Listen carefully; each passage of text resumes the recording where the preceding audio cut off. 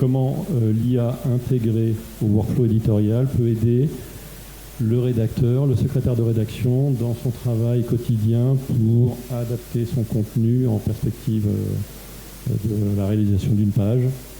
Et on verra dans un deuxième temps, si tout va bien avec Emmanuel, en fait, le travail de l'IA pour le montage totalement automatisé d'une page. Donc là, on illustre le rôle du composant ProAction intégré à Prime, qui permet, grâce à des prompts préconfigurés, différentes actions. Et je vais laisser Alex présenter sa démo. L'idée, en fait, c'est d'adapter le contenu par rapport aux formes imposées par la mise en page. On peut considérer que cet article est en page, une forme a été appliquée, et donc le rôle du secrétaire de rédaction, là, c'est d'adapter son contenu par rapport à la forme. Thank you, Guillaume. First of all, apologies. My French is not good enough to do this presentation in French, so I need to do it in English. But as Guillaume said, last year, Emmanuel was showing ProActions in Swing, so our web editor. Now this year we want to show you how ProActions, our AI and automation framework, could be used in the print world. I mean, we have still many customers using our print client or Prime client, and there are many use cases where AI can actually help to improve things that are going on in the newsroom and improve the speed of the newsroom. So what we see here is a typical example of an article. It might be coming from some external sources, but let's start and let's optimize it. We see it's actually not fitting into the shape. The headline is too long. We also have some overset at the end of the article, and that's actually, the article is in English. So let's work on this. First of all, what you see here on the right side is the ProActions panel. So to make the ProActions that you have configured available, you can use that panel. And that panel helps you to interact with AI or to use automation or whatever you want to do with ProActions. ProAction is a framework, so you can be very flexible. And the things that I'm showing here today are actually some things that we configured just 2 days ago. It's quite new. Because ProActions is a framework, it allows you to customize. So this is not built into the product, but it's up to you to decide the prompt behind the action, the workflow behind, and the things that are happening. But enough talking, let's have a look. First of all, even though I'm speaking English, let's first use DeepL to translate. I should, of course, open the article in write mode.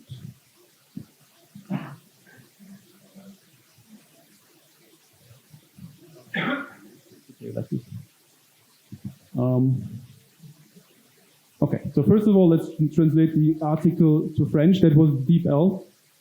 Workflow behind is very simple. We read the article XML, we send it to DeepL for translation, we receive back the French version, and we insert it into the document. So those are very simple things that are easily made with ProActions. But still the article is too long, the headline doesn't fit, and let's use AI to work on this. So first of all, how do we get a headline that works? Let's have one being generated, and okay, that one works. Much better, one click and we have a new headline. Now, unfortunately, with the story text, it's not that simple, because with the story text, we want to understand what AI would change.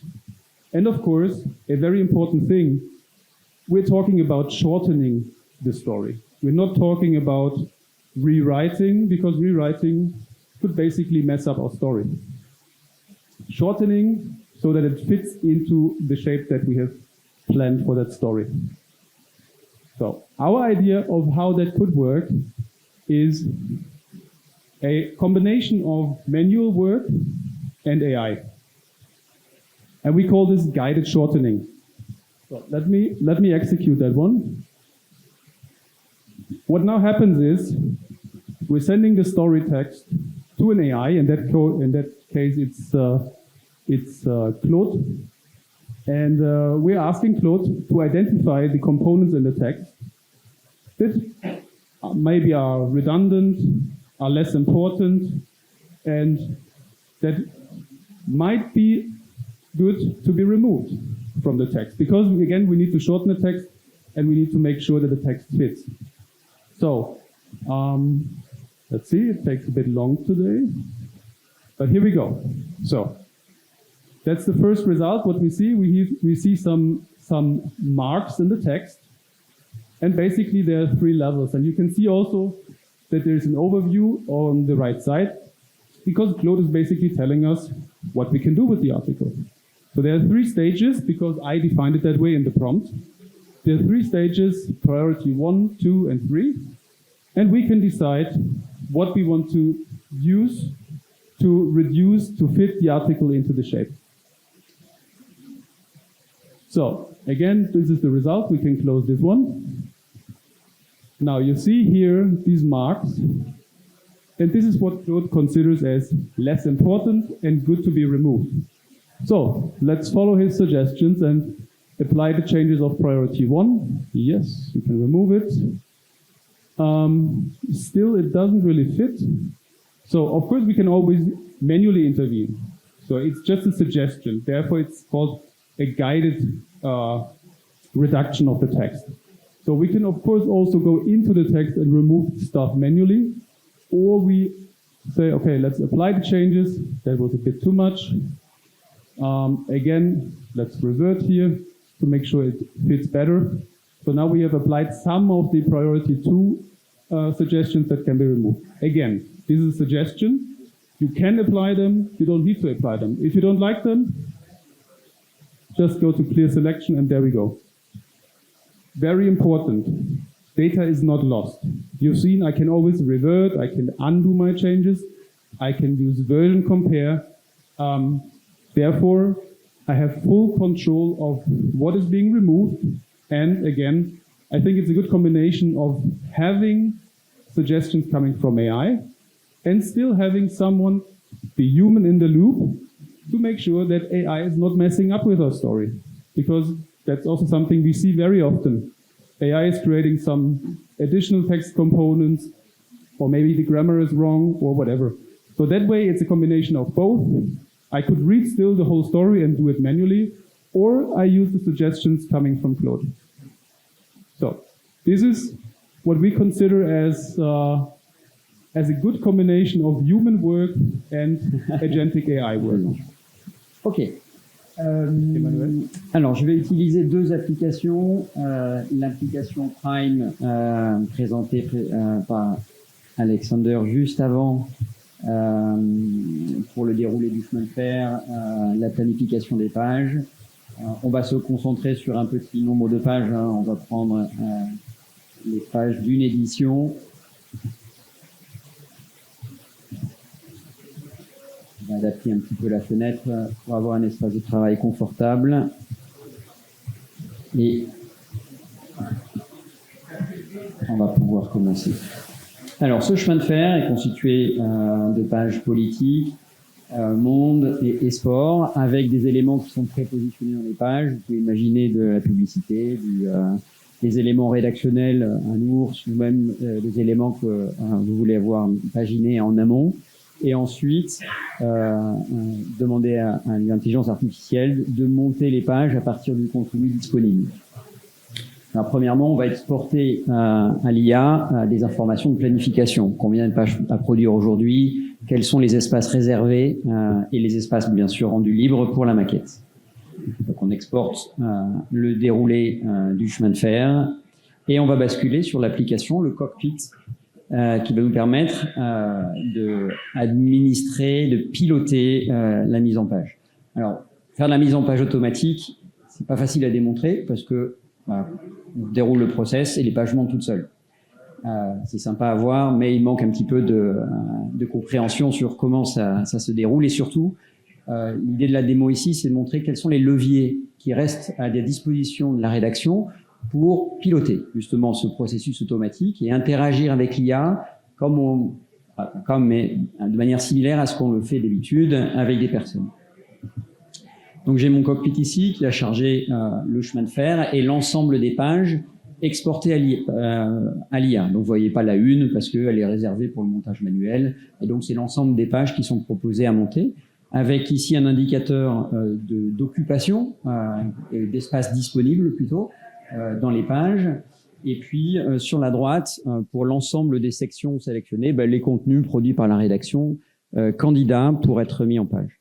Avec quelques informations, bon, on reconnaît tout de suite la rubrique. Je vais utiliser des choses assez simples pour la démo. Par exemple, la priorité A, c'est un article principal qui doit être positionné sur entre 3 et 5 colonnes sur le journal. Un C, c'est plutôt une brève, un article qui se retrouvera sur une seule colonne. Et ensuite, il y a aussi un autre paramètre sur lequel je vais jouer, c'est la priorisation entre deux articles principaux, lequel je vais vouloir promouvoir par rapport à un autre pour influencer la pagination et l'IA. Alors, je vais commencer par un scénario simple. Ah oui, aussi, vous avez sur la droite un outil d'aide dans le cockpit pour savoir si on a sélectionné trop ou pas assez de contenu. Là, ici, j'ai trop de contenu par rapport à l'espace disponible. Et à l'inverse, évidemment, si je désélectionne du contenu, je vais arriver à une jauge où je suis encore dans le vert. Ça veut dire que j'aurai beaucoup de place pour un titre fort, beaucoup de place pour de la photo bien mise en scène. Et à l'inverse, plus je concentre du contenu dans les pages et je demande à l'IA de monter un maximum de contenu, le résultat attendu, ce sera des pages plus compactes avec plus de contenu publié, mais des photos ou des titres moins mis en valeur. Ça sont les leviers sur lesquels on va pouvoir jouer. Et sur la partie basse, la composition aussi des pages.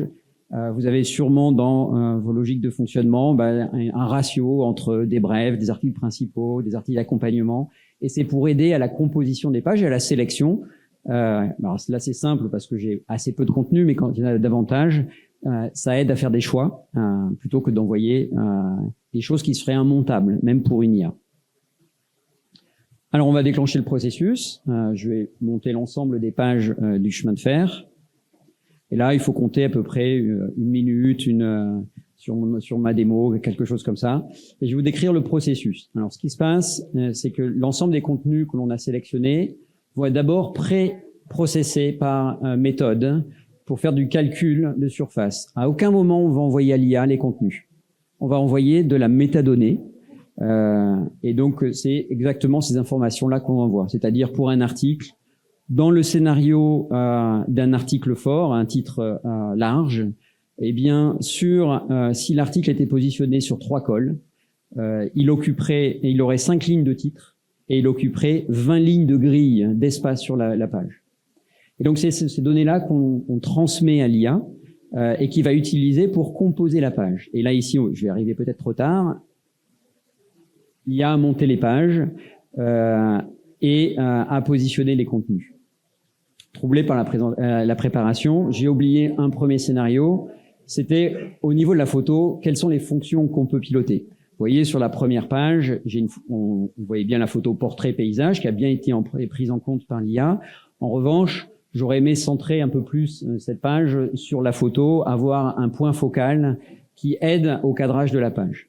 Alors, je vais rattraper le coup, on va rejouer cette page. Donc, je vais d'abord démonter cette page. Je vais revenir ici sur ma page et le grand article de 4000 signes, et je vais l'éditer pour mieux positionner la photo et lui donner un point focal. Et on va rejouer le montage de cette page. Donc, je voudrais me focaliser ici sur cette zone-là. Je vais afficher le point focal et positionner.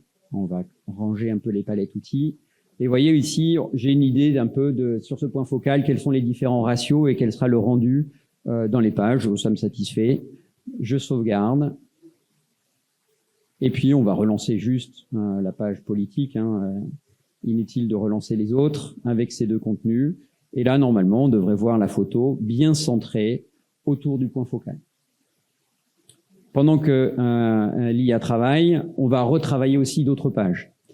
Par exemple, je vous présentais les métadonnées que l'on pouvait jouer pour influencer le résultat. Et par exemple, j'aurais aimé avoir mon papier sur le Mont Blanc, la Lune montant sur le Mont Blanc, en ouverture, plutôt que le sujet sur les chiens.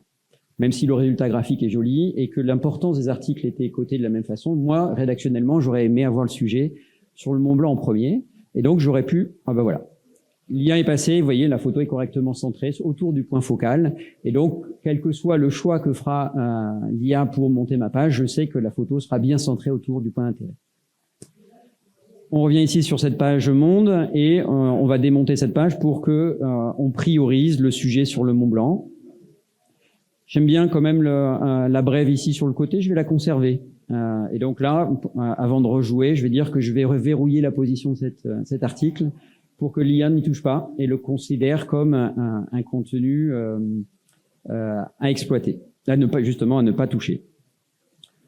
Je reviens ici, donc on va maintenant s'atteler à la page monde, aux 2 pages, et évidemment mon sujet sur le Mont Blanc, je vais booster sa priorité et lui donner la valeur maximum. Alors, c'est un exemple simplifié pour les besoins de la démo.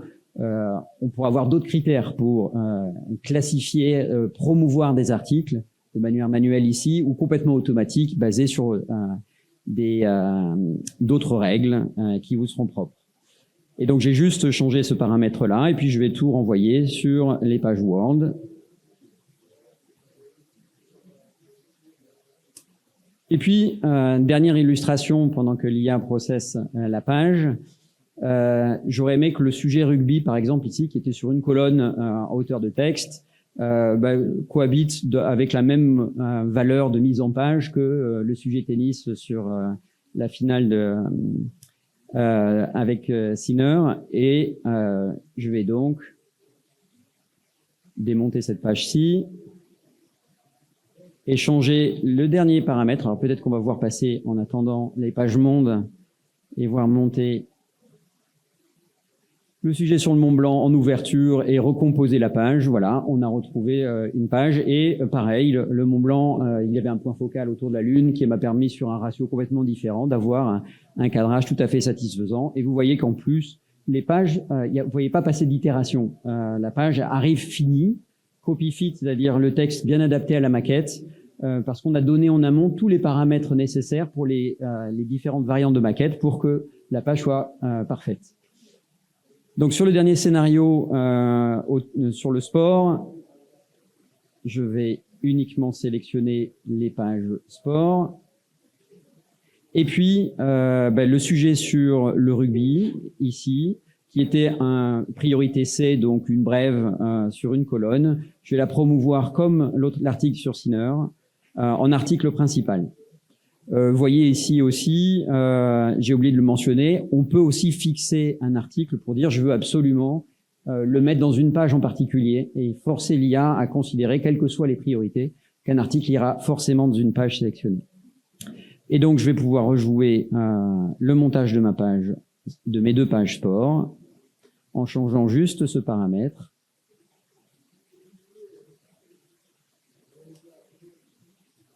Le processus d'extraction est réeffectué. On calcule l'occupation, la simulation sur les différents scénarios de mise en page. On extrait les données et à ce stade-là, on envoie à l'IA le traitement de la page, des 2 pages. Et on va voir donc le sujet rugby qui va passer en seconde page de sport. Et on va voir comment l'IA va recomposer l'ouverture sans le premier sujet rugby.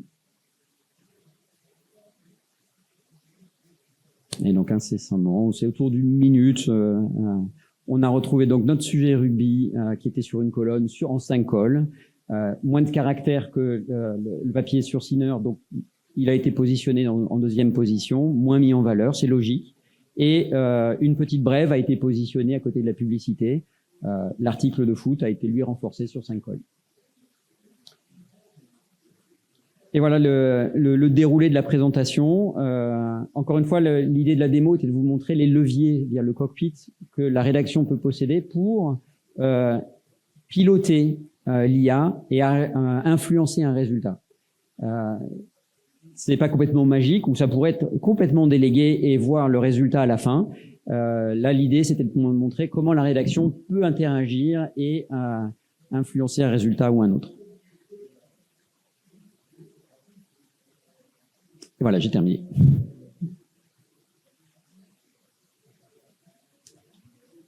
Des questions? J'ai une question, une remarque. La première question sur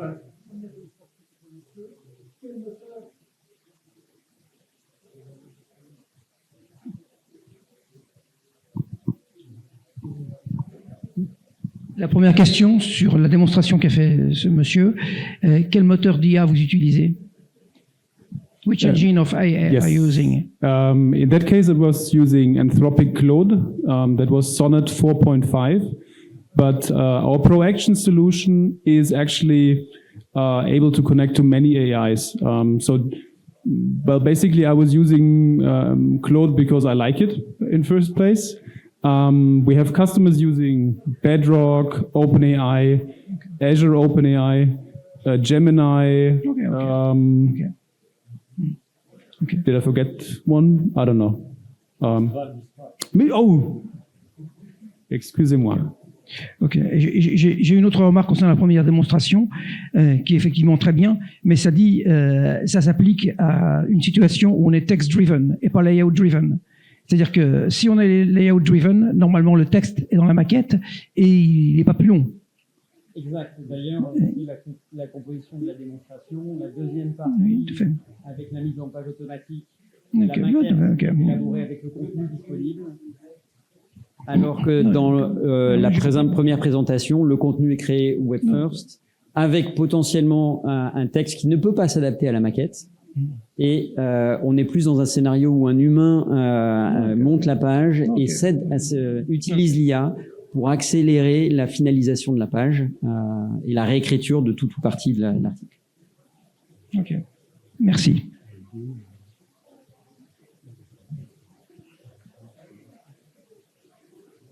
Donc comme Guillaume le soufflait, dans le scénario montré par Alex, on est plus sur un scénario web first complètement déconnecté du logic print et on réutilise les mêmes contenus qui sont potentiellement incompatibles nativement tels qu'ils ont été constitués avec le print et ont besoin d'un travail de transformation pour pouvoir être imprimés.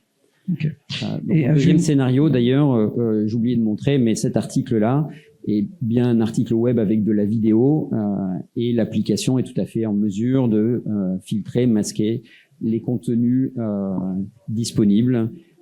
Mais il est vrai, l'article a été conçu pour être imprimable. Vous avez vu, je n'ai pas eu à transformer de manière importante le titre. J'ai rien fait d'ailleurs sur le contenu, puisque le contenu n'est pas passé à l'IA. C'est la maquette vraiment qui s'adapte au contenu. J'ai une autre question pour l'autre démo, et ça concerne un cas tout à fait concret. Donc, la page est prête, elle est presque prête, et j'envoie un article prioritaire qui est une nécrologie, qui doit passer dans la page. Est-ce que donc on peut avoir un flux qui fait automatiquement, une fois l'article tagué comme étant une nécro, avec la date, etc., des obsèques, et tout ce qui va derrière, on remplace automatiquement dans la page, sachant que la nécro est prioritaire pour l'édition. Ça peut être une nécro ou autre chose, mais une nécrologie, c'est quelque chose qui est prioritaire. Évidemment, on passe l'article de préférence avant les obsèques. La notion de priorité est quelque chose qui peut se prédéfinir, comme je l'ai illustré avec l'option boost ou d'autres métadonnées qui feront que l'article passera devant tous les autres. Voir si on lui donne exactement le nom de la page dans laquelle il doit monter, forcer l'IA à placer dans une page prédéfinie.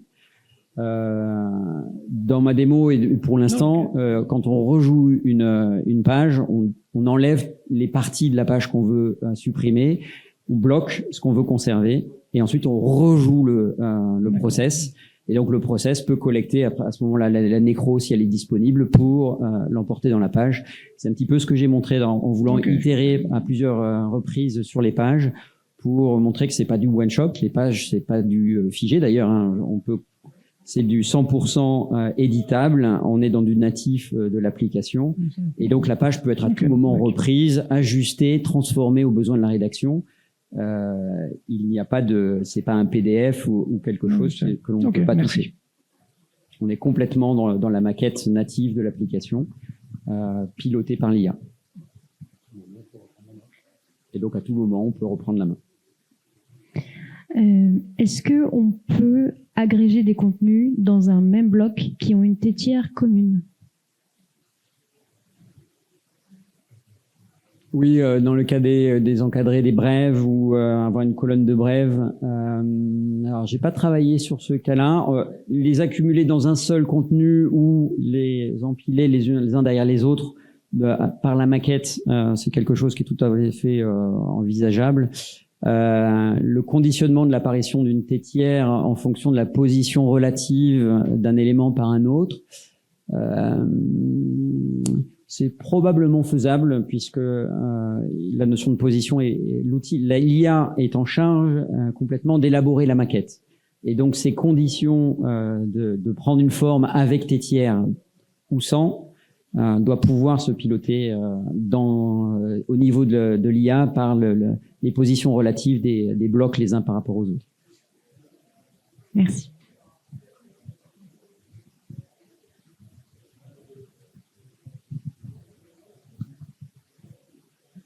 J'avais une question sur le caractère multi-édition de ce qu'on a pu voir en termes de génération. S'il y a plusieurs déroulés avec des pages qui sont communes à certaines éditions, est-ce que ça marche aussi de pouvoir générer comme cela?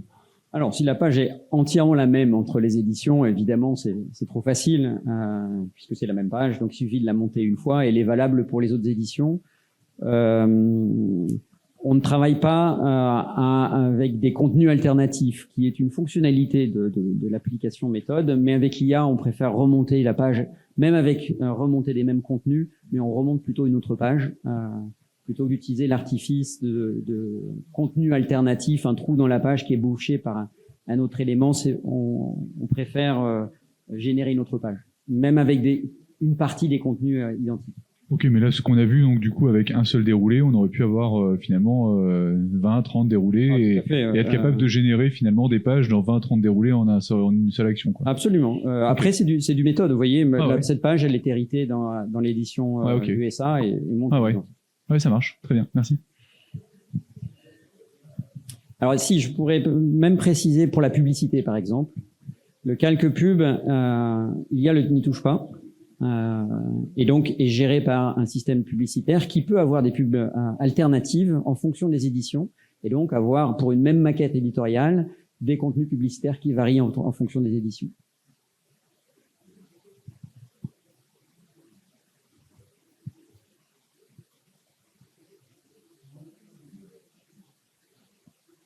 Merci.